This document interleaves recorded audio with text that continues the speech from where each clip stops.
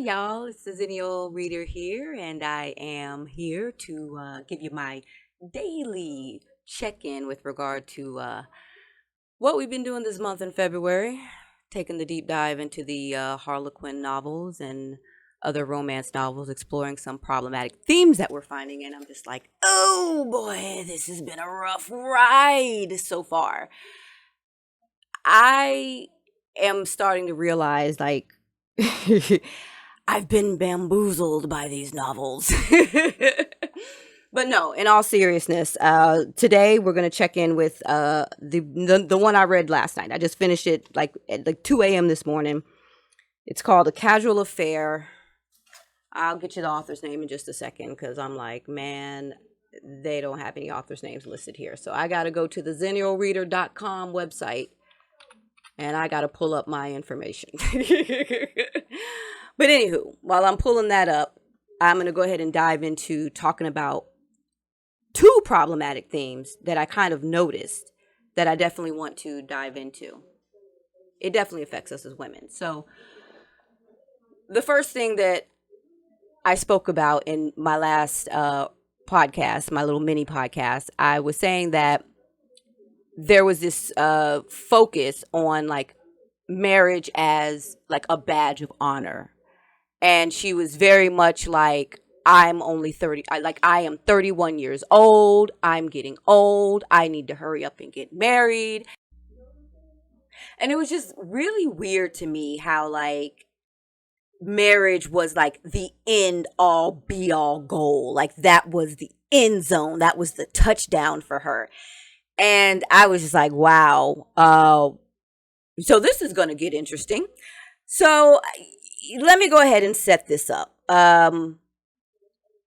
Keep in mind, she and her opposite, Nick Farlow, they have probably known each other all of, I don't know, 5 minutes by the time they have, their first kiss. It's so weird. But, I mean, she makes it work. It's just kind of like, wow. When you actually break this stuff down, you kind of realize, like, this woman is crazy. So here's how it starts off. And keep in mind, I think I said this in an earlier recording. I don't have the first 8 pages of this book.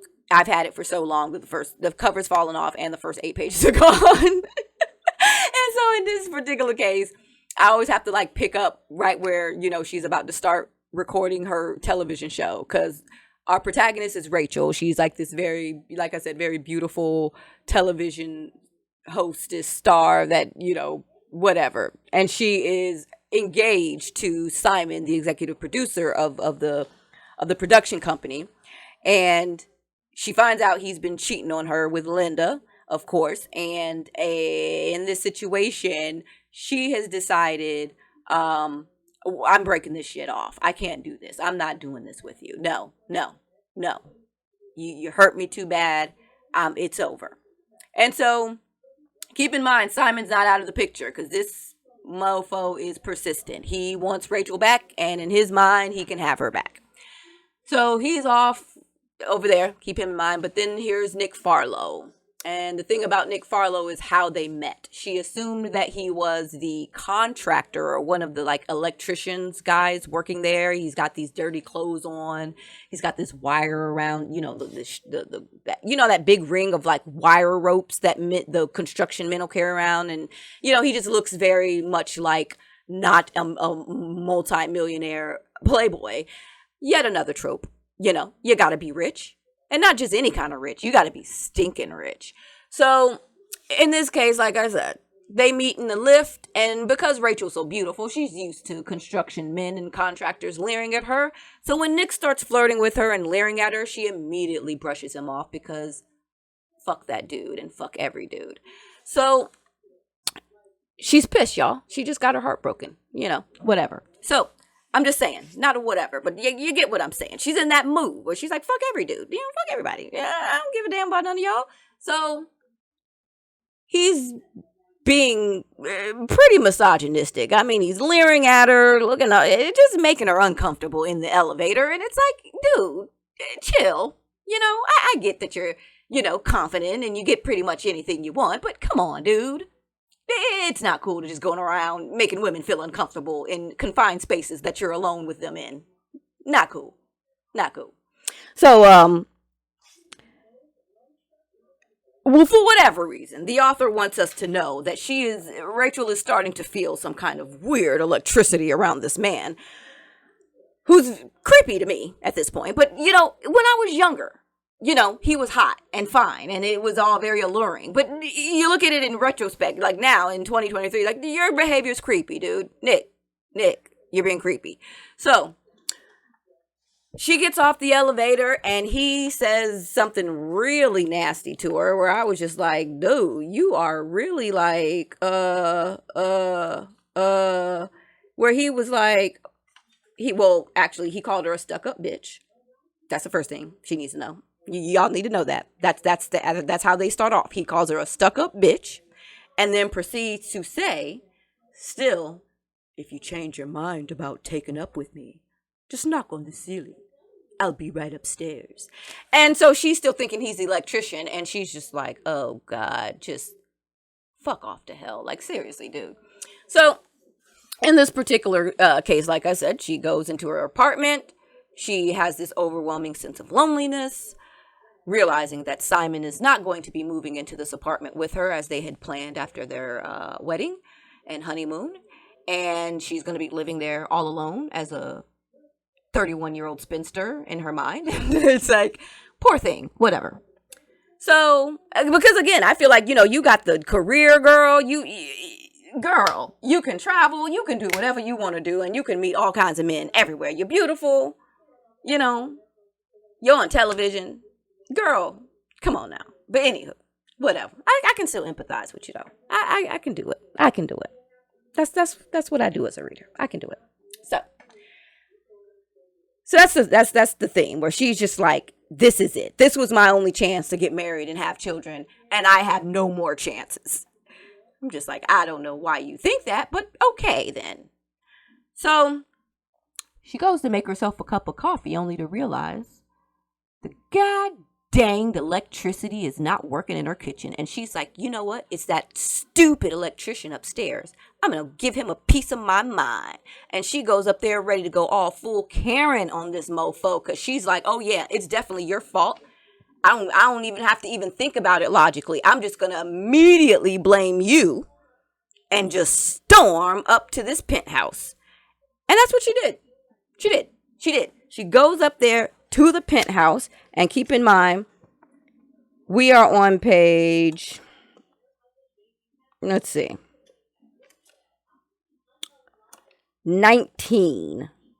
She goes up there, bangs on the door 3 times, and he says to her, well, hello there, princess. Changed your mind already? As in, like, to say, oh, you already up here to get some of the... And she was like, you've done something to the electricity in my kitchen. Nothing's working. And so, and this is from the book, page 19. He laughed, raising his hands in a playful gesture of innocence. Not guilty, he protested. Sure it's not just the fuse? And in true Karen fashion, I'm actually kind of disappointed in Rachel here, but she was like, no, it isn't the fuse. And I'm thinking to myself, bitch, how you know? You just went up there like a hurricane, coming in like a wrecking ball, Miley Cyrus style. What are you doing? Like, what? And he comes back with, did you look? Exactly, just what I was thinking. And she realized that she was just dead wrong. She was loud and wrong, and she was just like, no. And he was like, then you'd better check that before you start throwing accusations around. An inflection of sardonic humor in his voice. And that's one thing I want to tell you about this book. You are going to read the word sardonic quite a bit. A lot. Like a lot. And for those of you who don't know the definition of sardonic, it would be grimly mocking or cynical. And I feel like she could have just used those two interchangeably as well with sardonic. But if you ever read this book, A Casual Affair, you're going to read the word sardonic a lot. But what I will give Harlequin points on is that when you read enough of their novels, it will expand your vocabulary quite extensively. They throw some big words in their books. They throw some words in there you definitely are going to want to look up, or you'll be able to figure it out just based on the context in which they're using it, which I can appreciate. So, back to the story. So Rachel's like, hey, all right, I'm going to go ahead and do that. She concedes. She's like, I'm sorry, I didn't think of that. I'm sorry to have bothered you. And he's like, because he sees the chance to go in now. Because, once you get to the end of the book, you realize he has wanted her from the moment she got on the lift. As soon as she got on the lift, he was like, oh, I'm going to bag that. I'm on that. And so he's like, hey, do you know how to deal with a fuse box? And she's like, well, and he's like, hold on a tick while I get a screwdriver. By the way, this takes place in London, so the verbiage there is quite different. He's like, we would say, hold on a sec. They say, hold on a tick. Cool. Learn something new every day. So, and the great thing about this taking place in London is that, the author did, I think, a pretty good job of, describing the landmarks and things. So, you learn some things about London. So, I think that's pretty dope. So, anyway, I want you to keep in mind that our female protagonist, our Rachel, who is 31 years old and is supposed to have a good head on her shoulders, has just invited a man into her flat that she does not know. She don't know him from a slice of bread. And she told him earlier in the conversation that she lived there alone. I just want y'all to know that is, ladies, don't ever do that. Don't ever do that. For those of you who read romance novels and are kind of idealistic, a little naive, there's nothing wrong with that. Nothing wrong with you. I'm just warning you, don't ever do that. Because this was weird. I was just like, girl.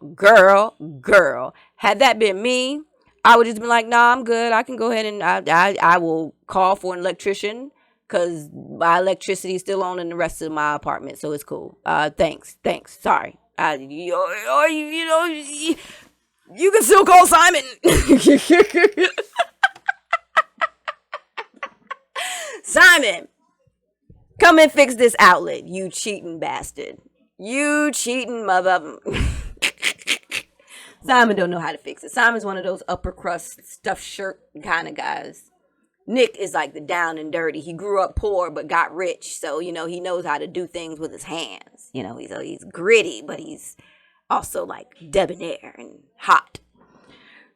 So, the point is, she lets this man into her house. And I will say that at least the author addresses this, where she says, Rachel was watching him warily. Maybe she shouldn't have let him into the apartment. Oh, you think? And she certainly shouldn't have told him that she lived alone. Duh! After all, she didn't know for sure that he worked for the contractor. He could be a burglar. Or worse. So, thankfully in this case, he was not a burglar or worse. He is actually a rich millionaire playboy who lives upstairs from her. But I want you to keep in mind, he proceeds to fix her fuses. I don't mean that in an innuendo fashion. He actually does fix the fuse or whatever. Some kind of wiring was jacked up. It was like two wires touching. They're all burnt out, tripped or circuit breaker, blah, blah, blah, blah, blah. She offers him coffee as a gesture of thanks. She gives him the coffee. They're drinking the coffee. And then suddenly, here's this. She stiffened as she felt the brush of his fingertips on her arms. When had she ever given him permission to touch her? But as she turned herself slowly around to face him, she found herself gazing up into those ever-changing sea-gray eyes, and she felt as if she were drowning. He was going to kiss her, and he knew that she wasn't going to even try to stop him. And I found that to be a little weird and creepy, because my thing is this. Even if there's a man that I'm attracted to, seriously, even if I feel an attraction for him, if we, for whatever reason, find ourselves in a confined space alone, and I have only been around him for less than 20 minutes, if he started trailing his hands, his fingertips up and down my arms, I would be creeped the bleep out. And I would absolutely be kneeing him in the balls. Real talk. But, you know, this is a romance novel. And in this genre, the one thing I have, you know, have said, here's the thing about romance novels. You shouldn't really expect, like, the characters to be, you know, that deep. And you shouldn't really, like, set your expectation bar really high, you know, with regard to, like, any kind of, like, real character development or, like, them having any kind of common sense or anything in the plot making sense. You know, you turn your analytical brain off, you know, you strap in and you enjoy a very cheesy, romantic story, you know, with 2D characters and lots of kissing. And that's cool. So, you know, that's why, like, that's always been my bar when it comes to this genre. Like, when it comes to romance, my bar has always been really low. So, when I do get more, like from Beverly Jenkins, I am presently surprised. And if I don't get more, you know, I don't hold it against the novel or the author. I just focus more on the story. And in this case, because we are focusing on the tropes and the problematic themes, it's necessary to kind of, you know, bring it out and say, like, yeah, none of this makes sense, you guys. But it's always that theme of, like, we women can't control ourselves when we're around that man who is the one. Our body just shuts down, it breaks down, and we just submit to everything. And I was just like, okay, wow. So that theme, let's go back. That's the first theme out of the way. Bing! Nail in the coffin on that one. Second theme that was, like, definitely problematic here is gonna be, again, that marriage as a badge of honor type deal.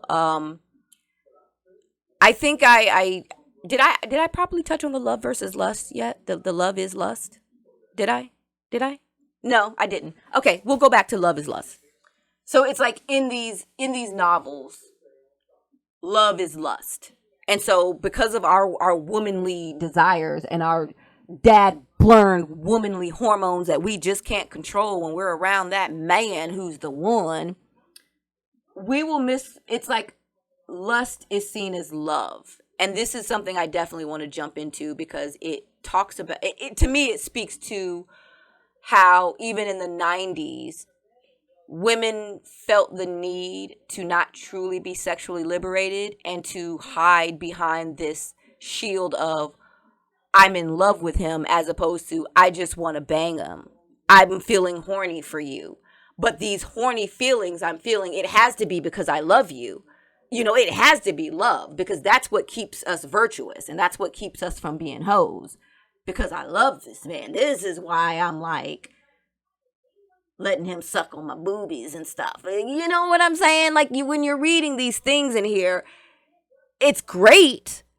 But what I'm saying is, like, I mean, it's great reading, but I'm just saying it's like, I don't like the idea that the women were not sexually liberated enough to just be like, I like this man and I am attracted to him. And if the love comes later, cool. But right now I want him between my legs. It's back then it was still very much like, if I'm feeling this way about Nick, but not about Simon, it has to be because I'm in love with him. But it's like, no, you only known this dude for 2 weeks. It's that you want to bang him. And that's okay.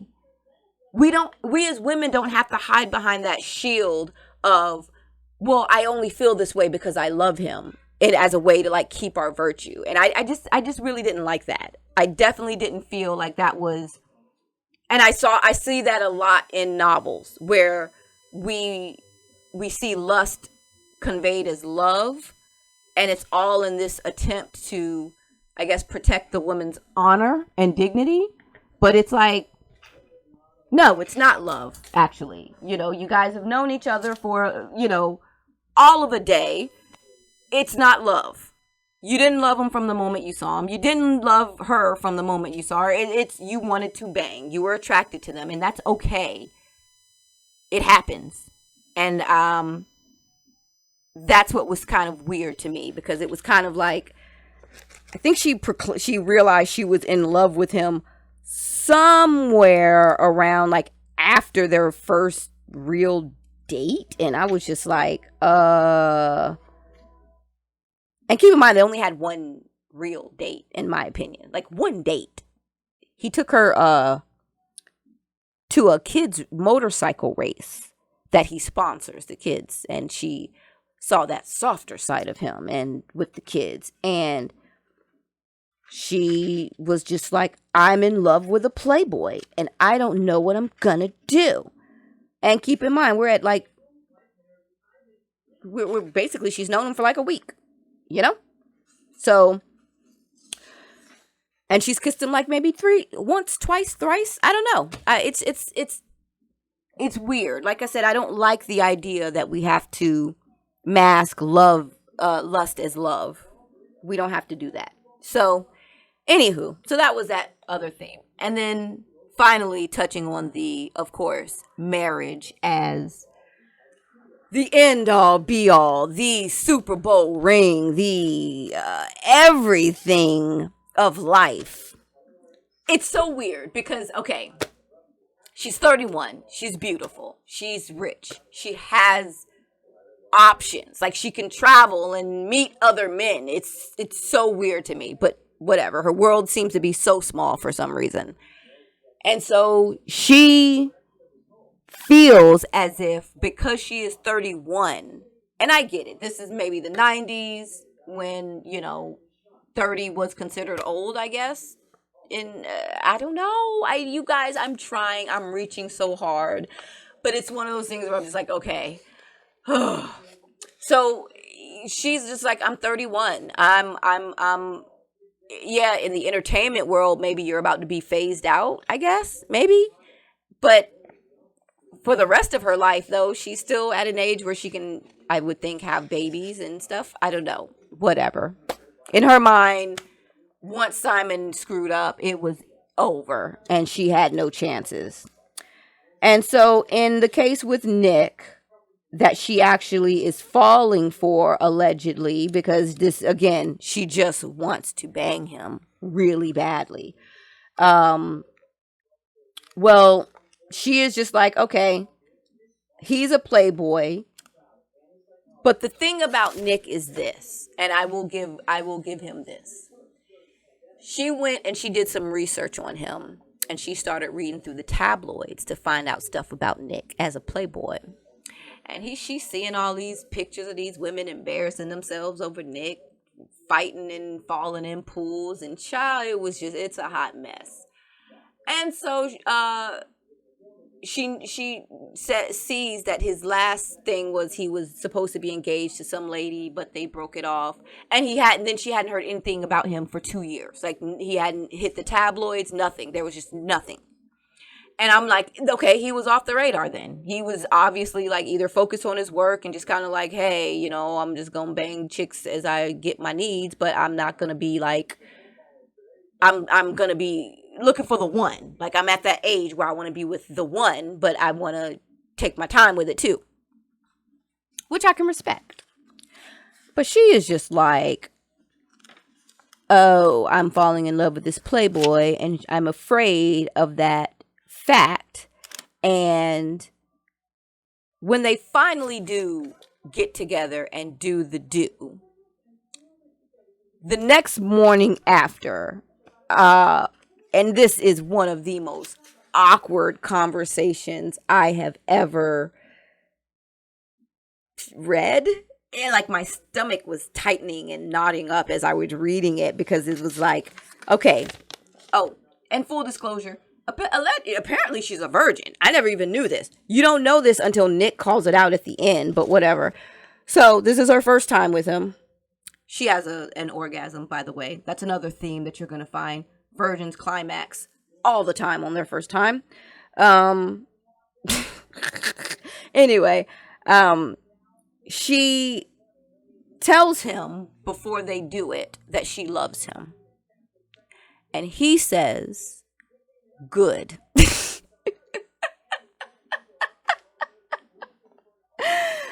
And so, but the thing is, they're going forward and they're doing their foreplay.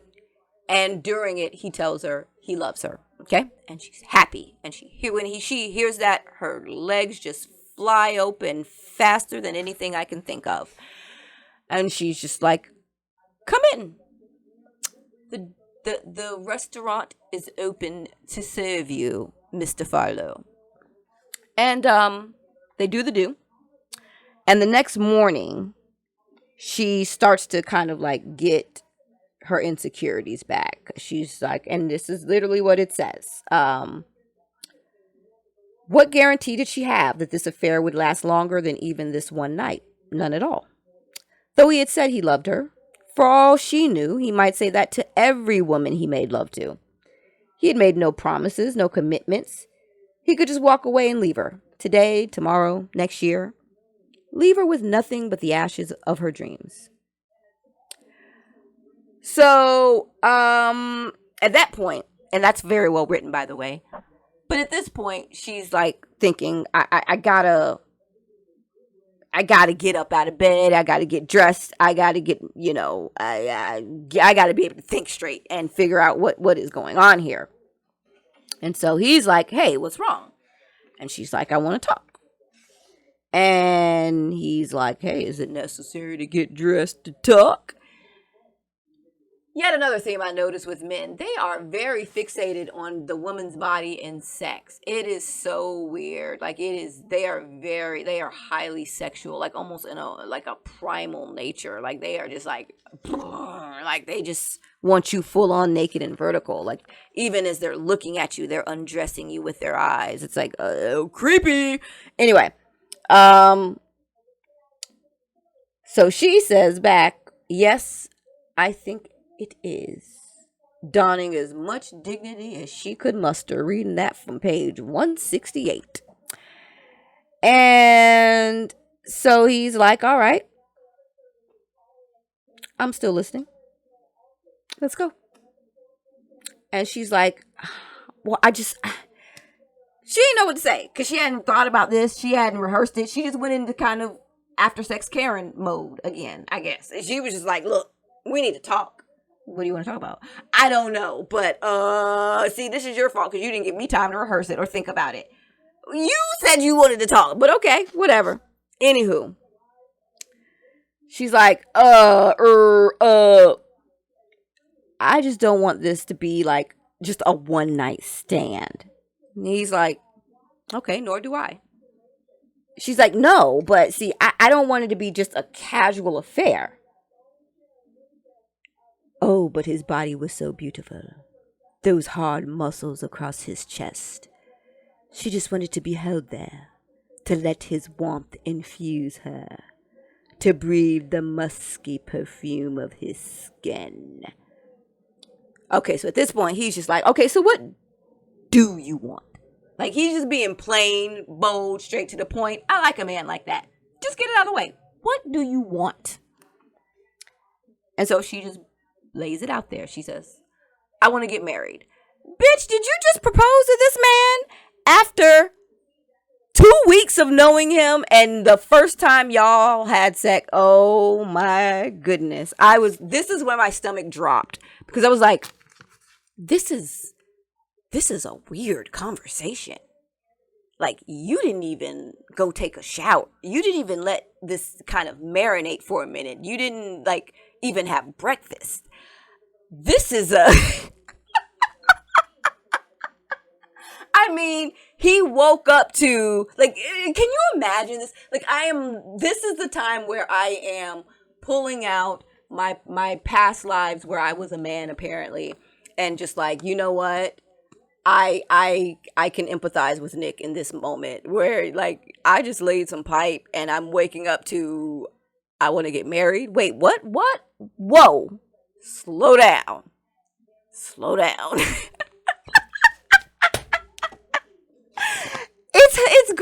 It's great. And he was just, his response is classic. "I see." He responded dryly. I love that. And so she's just like, "Well, last night you said you loved me. And he's like, yes. Because he does love her. Like, he admitted it. Like, he's like, no, he does love her. He's just like, wait a minute. What are you talking about getting married immediately the morning at? What? Can I get some coffee first? So she's like, did you mean it? And he's like, yes, I did, but I don't remember proposing marriage.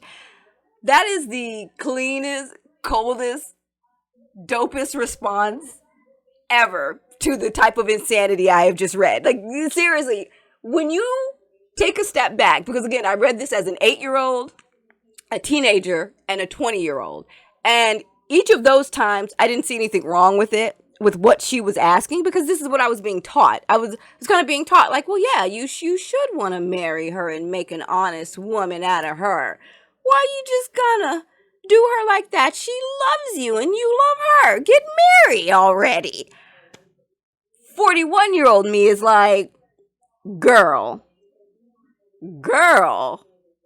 are we really doing this? No, don't do it. Don't do it. And so she's like, what's wrong with getting married? He's like, I don't have anything against it. I'm sure it's an excellent institution. And so she's like, well, then what? What's the problem? And he was like, he just shrugged her. And he was like, look, if I ever decide to get around to it, I'm going to do it in my own good time. And here's where things went super left. This is like the whole where I was like, you know what? This is full on Thelma and Louise straight off the cliff, because I don't really know. I don't know what to think.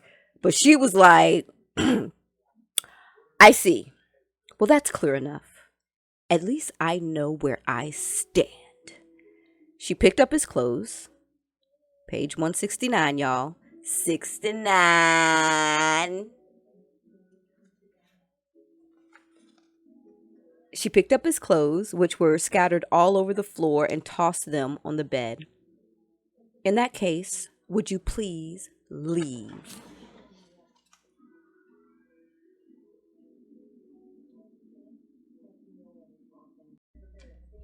Y'all, she kicked this man out of her house and out of her bed that next morning because he wasn't going to put a ring on it right there. When I tell you these white women don't be playing, she was not playing. She was just like, nope, you gotta go. And he was just like, he said what I was thinking. He lifted one eyebrow in sardonic inquiry. I told you we were going to come across sardonic quite a lot. You're telling me that unless I marry you, it's all over between us? Yes, it is, she insisted resolutely, though her heart was close to breaking. I'm not prepared to sit around and wait, maybe forever. I'm 31 years old. I want to be married. Yo, that's the quintessential line. That is the line of this, the theme about marriage being that badge of honor, that end all be all. I was like, yo, you can't just enjoy your time getting to know this man? Like, why y'all gotta be married, like, immediately? You don't even know if you're gonna like this man. You have never been in a confined space with this man for longer than a day. You feel me? Like, she's never had an overnighter with this man other than the bang bang, when they did the bang bang. But I'm talking about, like, going on a trip where y'all are together for, like, 2-3 weeks, 2-3 days, whatever.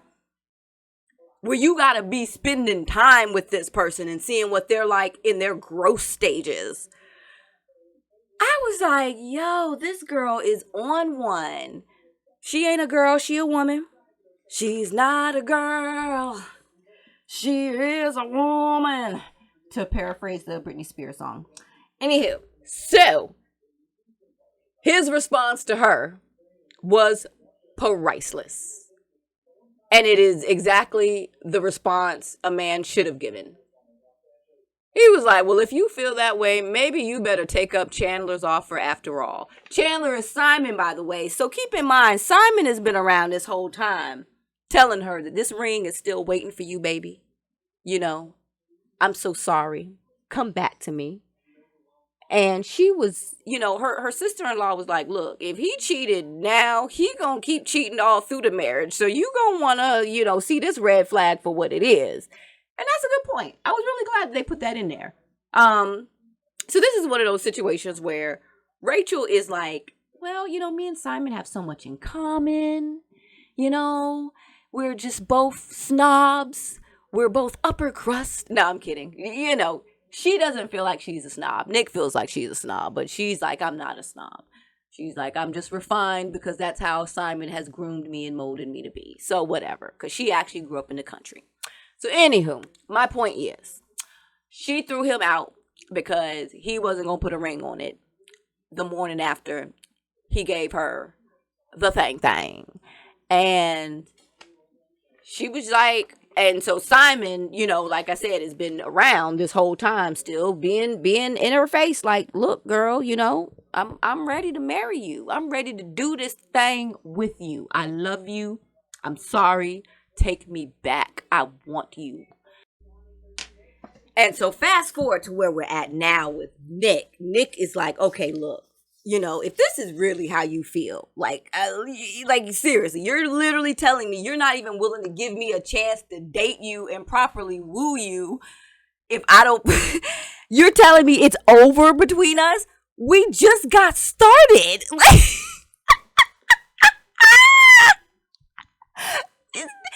Red flag, Nick. This bitch is crazy. You should be going the other way. Anyway. Let me stop talking about mess about Rachel. We supposed to be rooting for her, but it was kind of hard. At 41 now, I'm looking at him like, girl, live your life, have fun, enjoy that snack of a man, and, just be happy. Be happy. What, girl? Girl. So, anywho, he was like, well, look, if you feel that way, you gonna need to go on and take up Chandler's offer after all. If that's what's important to you. Because he's taking it as all that's important to her is marriage. That's the only thing that matters to her. She don't give a F who she's married to as long as she's married. And that is a big problem with, I think, a lot of women in today's society. A lot of women just kind of want to be able to have that ability to say I'm married and stunt on other women. And it's like, girl, I come from a 2-parent home. My mama and daddy, they were married until he died. Like literally, her face was the last face he saw. Like it was truly till death do us part. And I was able to witness firsthand the ups and downs of a marriage. Like just really, like it's hard. It's work. And I was just like, I remember growing up looking at it and being like, I don't know if I want to do that work. I don't know if I want that in my life. Can I get the kids without the marriage? Especially when I have the career? Can I? But anyway, but that's me. The other people are different. I'm just saying marriage is society grooms you to think marriage is a badge of honor because in my 20s, I was even like, I'm loving my career. I'm loving my independence. But when I got into my 30s, I was like, oh, well, maybe I should settle down. Maybe I should try and do what society wants me to do and become a good doting wife and, give up my dreams and aspirations. And I literally tried that with my son's father and it blew up and backfired in my face. I will never do that again. Anyway, point being is I didn't like the theme of I want to be married. I want to be married. As if marriage is like, again, this golden prize that's diamond encrusted and like, oh, it's just like, here we go.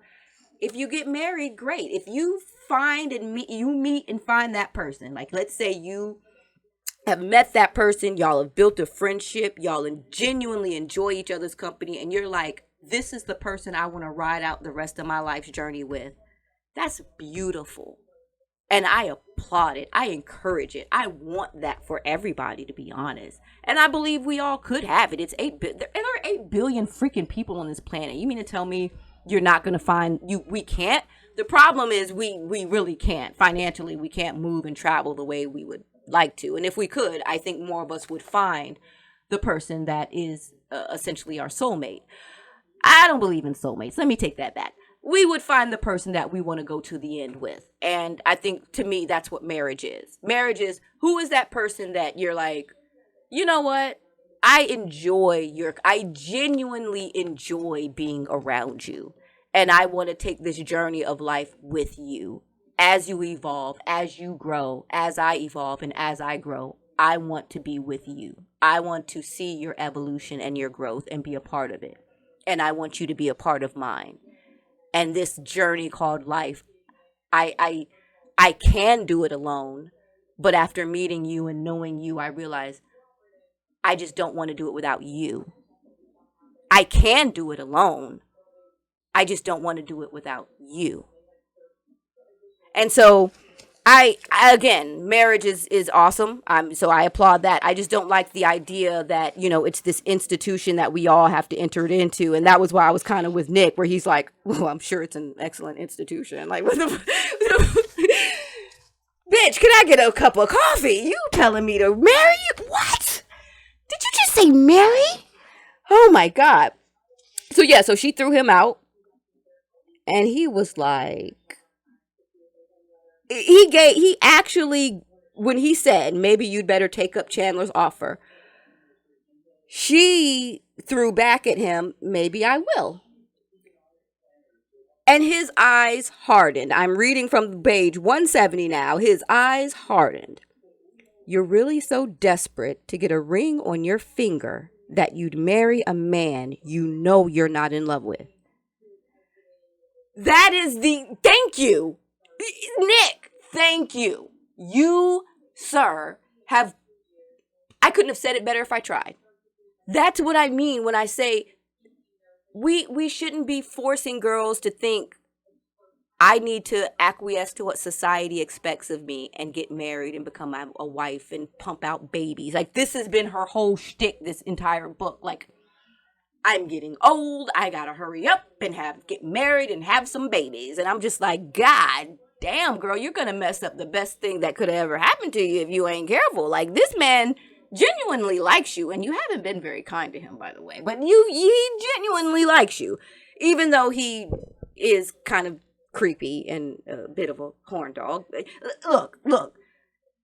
Nick wants her. She wants Nick. We're gonna leave it at that. Nick just ain't my type. Point being is, he was just kind of like, look, I'm ready to take this ride with you. I just want to get to know you better. And she is like, nope, we banged. You better put a ring on it. And when he didn't, she threw him out. But here's the thing. On the day of her wedding, it was supposed to be held at her parents' estate. And so she goes up there anyway. And she's like spending the weekend there at their beautiful, nice place. And her mom is giving her shizzle. I'm trying not to cuss too much on this, you guys. Her mom's giving her ish because she didn't get married. And her mom liked Simon. And she really wanted her daughter to get married. And she's like, you are 31. You suck. I can't believe you're not married yet. You suck. I hate that I can't brag to my friends that my daughter is married. You suck. And yeah, this mom is not a good model of mommy. So shout out to my mom, who was always like, girl, don't get married. As somebody who has done it with your father and been with him since I was 17, girl, don't get married. She's like, live your life, have your independence, raise your babies. You are doing just fine. Keep running your businesses. Keep doing what you're doing. Please don't she's like, don't get married. Not unless he's like a really, really rich man that really takes care of you and truly loves you and cherishes you. She's like, no, don't get married. Yeah, anyway. Her mama, Rachel's mama, is like, girl, I can't brag to my friends that you're not married, so get out of my face. And so Rachel talks to her dad about it, and it's like, Dad, this guy, there is another man. I'm falling in love with him. I'm in love with him. He's so different from Simon. He's the complete opposite of Simon. And this is page 174, you guys. She laughed unsteadily. He rides a motorcycle, and he's younger than me. Oh, not by much, but he's too young to want to settle down. Now, see, this is exactly what I'm talking about. Now, at 29, She was already getting to the point where she was getting over the hill, yet somehow him at 29, he's too young to settle. Bitch, you're only 2 years older than him. Like, I don't get it. Like, how at 29 is he not ready? Nick was clearly ready. Nick was ready to settle down at 27. That's why the tabloids didn't hear anything about him for 2 years.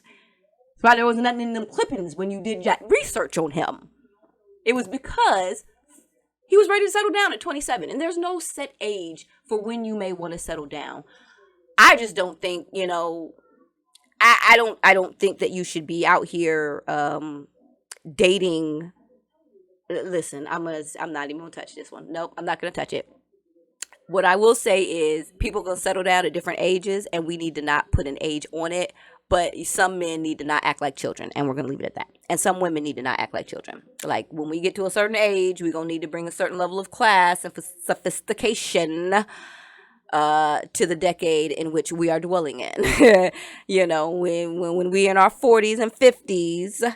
It's all right to have fun, but let's still remember that we are setting an example for the people that are in their teens and 20s. Hello, come on now. I don't need y'all. Let me shut up.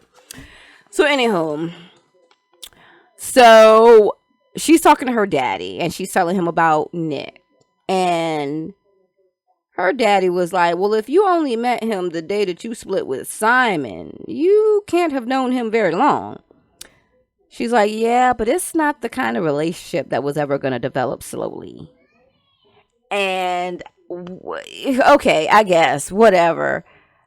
And so he was like, so what happened to this young man? But again, it's, why are they calling him a young man? This dude is about to be 30. He's not young. He may be younger than her, but he is not a young man. Oh my gosh. She was like, she smiled wryly. Page 175. She smiled wryly. I wanted to get married, and he didn't, so. And her dad gives her the best advice just sensible. He said, maybe you were just rushing him a little, he suggested gently. If a man thinks a woman's only interested in getting a ring on her finger, he isn't very likely to respond. And she was like, I couldn't have just had an affair with him. How would I know how long it would last? And her father countered with the best, just the most sensible, just common sense. He said, do you think getting married would give you any sort of guarantee? Boom. And boom goes the dynamite. I like her dad. I like her dad a lot. I do. And she's like, well, what are you telling me to actually just go have an affair with him? And he's like, no, I'm telling you to follow your heart. Like, respectability isn't everything. He's like, don't tell your mama I said that. But I'm just saying, like, don't be so worried about what other people think about you. Go and follow your heart and be happy. Choose your happiness. Don't worry about if you're 31 and unmarried. Don't worry about if you're 31 and are married. Don't worry about what anybody else thinks is the whole point. Go and live your life and be happy. So long story short, her mom is like, so Rachel comes to her senses. She's like, I'm going to go back to Nick and I'm going to tell him. Ask him to take me back on his terms.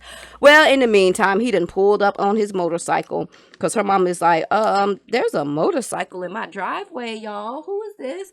And her daddy was like, is that your young man?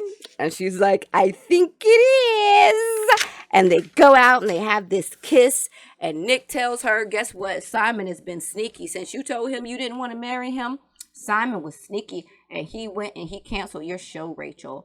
And that's that. And long story short, Nick asked her to marry him. And she's like, well, I thought you didn't want to marry me. And here was his response. He said, oh, and by the way, he wants her to have 11 children. Yeah, 11. 11. Like 11 from Stranger Things. Not that 11, but 11, like the number 11 children. He wants her to pop out 11 times. He does. He wants her to pop out 11 times. And so, all right. He says to her, because she's like, I'm going to get back at Simon because I'm going to sue them because they just canceled my, basically, I'm not reading from the book, y'all. She's like, they just canceled my contract for no daggone reason, and I'm going to sue the heck out of them. Oh, she back in Karen mode, y'all. She know how to do the damn thing. And she's like, and I'm going to go ahead and I'm going to start my own production company. And I'm going to make them come to me for programs. And I was like, well, okay then, Miss Thing. Ain't nobody mad at you. And he was like, you know what? And he kissed her. And he said, I'll tell you what. If you want to get your revenge on Chandler, that's Simon, y'all, the ex-fiance. He said, I'll buy you the studios for a wedding present. And you can sack them. As in, you can fire them. Now, that's a man with power. Where he's like, I'll buy the whole goddamn studio for you, baby. You could just fire him. When I say money make the coochie go woo woo, I mean money make the coochie go woo woo. And we're going to leave it at that from the Xennial Reader, because my goodness, a man saying I'm going to just buy the studio? Oh, that's panty dropping talk. What? What you said, Daddy? Andrew said a wedding present? What's that? And so she says, a wedding present? But you said you didn't want to marry me.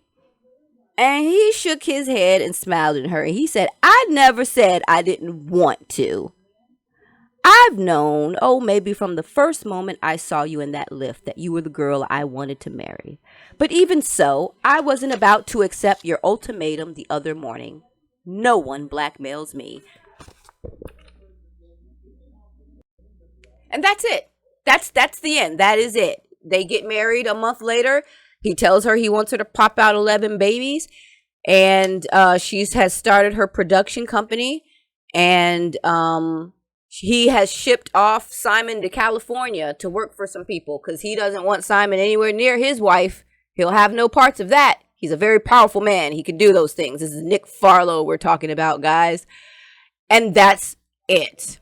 The end. They lived happily ever after? ? Because they only have known each other for, again, 2 weeks by this point. But whatever. Remember, lowered expectations. It's a fantasy world. That's how it's supposed to be. So again, those themes bothered me. Again, the idea of, a woman feeling like she's just so old. She has to hurry up and get married. It must be done, must be done, must be done. And just that marriage being the end all be all. And then the idea again of like lust equaling love, and just us being so unable to control our hormones and our bodies when we're around a man who is the one. We just lose all control. It's like we turn into these just weak, hapless creatures who just, I swoon. And it's like, all right, okay. We're going to be careful with them themes and tropes, though. Be careful with that. All right, y'all. I'm going to go ahead and get out of here. I will see y'all tomorrow. I'm not even sure which book I'm reading yet. I will let you know tomorrow, because I'm not even sure which one out of the stack I can pick up at this point, because I'm looking at this stack with a little, I'm starting to feel a bit of dread. So I think what I'm going to do is read It All Depends on Love, because that one always lifts my spirits. It's just funny, and I want to read about Tessa, just fucking with Patrick. Yeah, we're going to do It All Depends on Love. I think her name is Roberta Lee. It's by Roberta Lee. So it's another Harlequin. I'm trying to see if it has I feel like the kind of Lolita complex might be in there. So we'll I'm going to deep dive into that a little bit further. But yeah, that's what we'll do tomorrow then. It All Depends on Love. Roberta Lee. You guys, I want to thank you so much for joining me for this nice little hour of deep dive into the problematic themes and tropes of some romance novels. We're going to do this again, and I look forward to seeing you next time. Take care, guys. Be sure to like and subscribe. Bye-bye. Hey there, fellow book lovers. If you like talking in depth about book themes and how they relate to our everyday lives, then join our Xennial Readers book club. We meet online monthly for deep dives into some really interesting titles. And don't forget to like, subscribe, and visit the Xennial Reader website for more cool stuff. Get in on the discussion. Later.